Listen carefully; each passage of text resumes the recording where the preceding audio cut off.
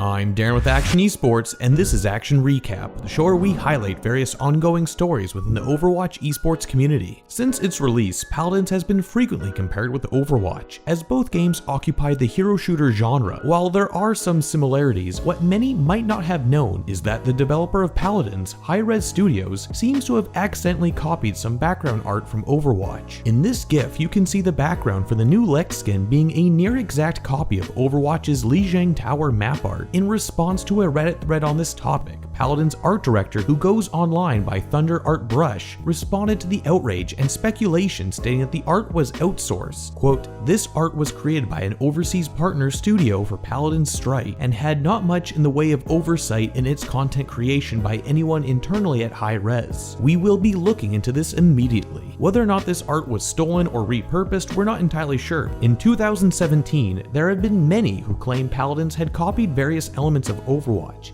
even to the case that it was enough to warrant a response from Hi-Rez Studios co-founder and chief operating officer Todd Harris on Reddit, where he explained how their game had been in development since 2012 and was drawing inspiration from the world of Global Agenda. An interesting takeaway is how Harris stated that Hi-Rez did incorporate Overwatch features such as the kill cam, improved lag comp, and verbiage like the word elimination. After looking at all the feedback and frustration from the Overwatch community with how the release of new heroes like Brigitte and to a lesser extent map releases like Rialto were handled, Blizzard has now changed their stance. Moving forward, new heroes and maps will be added to Overwatch's competitive queue 2 weeks after release instead of waiting for an entire competitive season to come to an end. A post on the forum by the development team states, quote, "With today's May 22nd patch, we made Rialto available in competitive play instead of waiting until the next competitive season on July 1st. In the future, our plan is to make new heroes and maps available in competitive play 2 weeks after their initial release." Looking at the Overwatch League, having heroes available earlier for the public to play en masse will only serve to help Blizzard discover balance issues and perhaps find bugs that otherwise would have been missed. Much like Mercy, many players had voiced concerns about how Hanzo could be too imbalanced to be included into the patch despite the sentiment of the community, while Nate Nanzer pointed to a game-breaking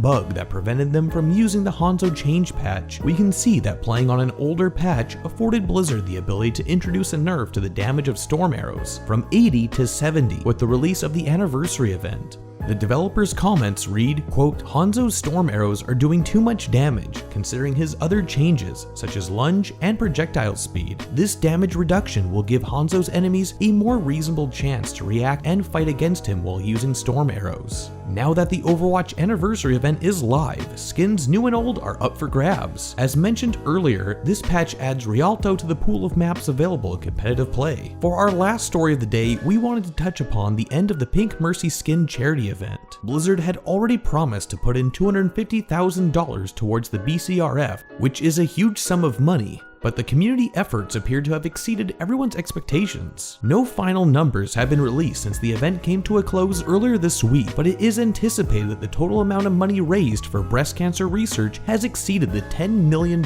mark after we were given an update on being close to that value on May 17th.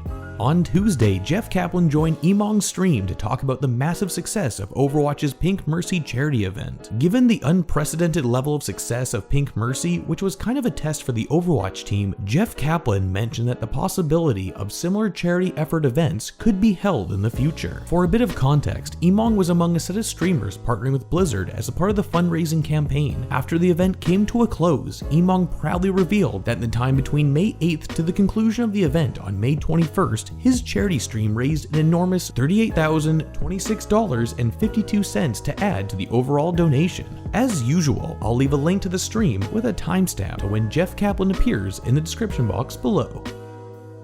If Blizzard were to have another charity character skin event, which hero would you like to see receive a unique skin? Or better yet, which organization or cause should the event be dedicated to? As always, let us know your thoughts in the comment section below.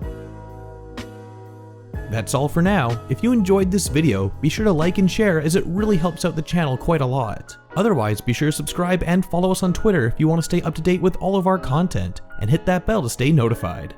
This has been Darren from Akshon Esports, and we'll see you in the next one. Thanks for watching.